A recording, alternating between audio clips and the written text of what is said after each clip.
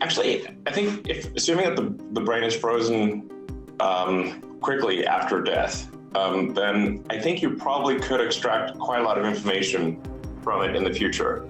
And you might be able to create something approximating that person. I mean, there's going to be a few issues, obviously, but the brain is very physical. It's much less mysterious than people think. Well, it's both simultaneously amazing and less mysterious. I mean, the neurons are like circuits, they're like physical circuits. So, yeah. So if you have a physical brain, you should be able to recreate those physical circuits.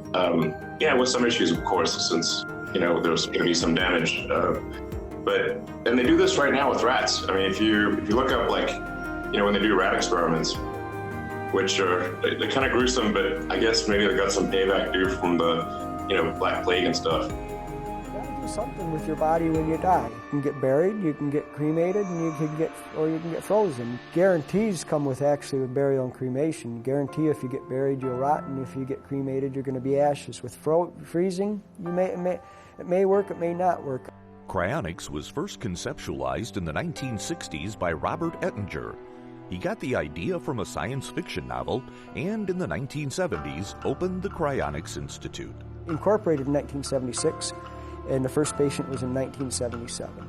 And from 77 till 85, we've only had that one patient, or until 87, we only had one patient. And then in 1987, we got a second patient. And then from there on, it started about 6 or 8 patients a year, and currently we've got 151 patients. Today, roughly 400 people have opted for cryonics worldwide. The Cryonics Institute also preserves pets and DNA samples. We got anywhere from just your average blue-collar worker and doctors, lawyers, mechanics, college students. It seems to me that we're getting a lot more younger members. When I first started here, most of our members were middle-aged to older. Now we're getting a lot of people in their 20s that are joining. Cryonics involves a vitrification process. The body is cooled in an ice bath. The blood is removed and replaced with a solution that helps protect the brain and body tissue. Then the body is frozen to a minus 196 Celsius and placed in a storage unit filled with liquid nitrogen.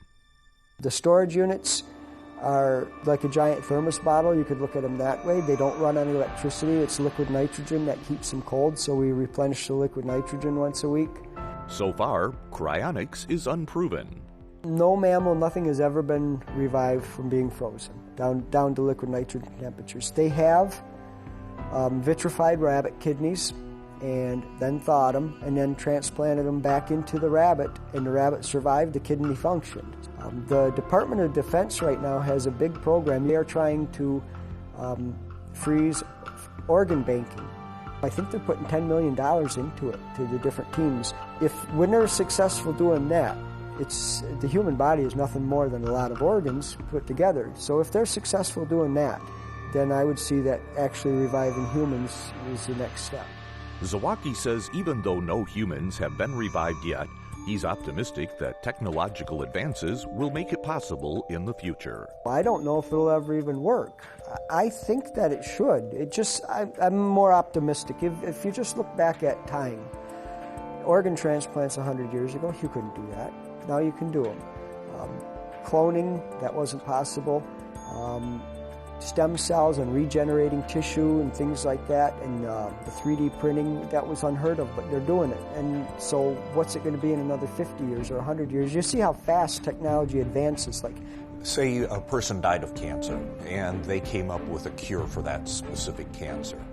Is that the time that you would try and revive them and then administer the drug or whatever the treatment is? There's a lot of things that have to take place other than just cure that cancer. There's going to have to be repairing the freezing damage, and you're going to have to be able to cure what they died from, the disease, treat the disease, and you're also going to have to stop aging or reverse it, but at the very minimum stop it, because if a person's older and you revive them just to die of old age again quickly, there's no point. The Cryonics Institute requires a membership fee and $28,000 to $35,000 to preserve your body.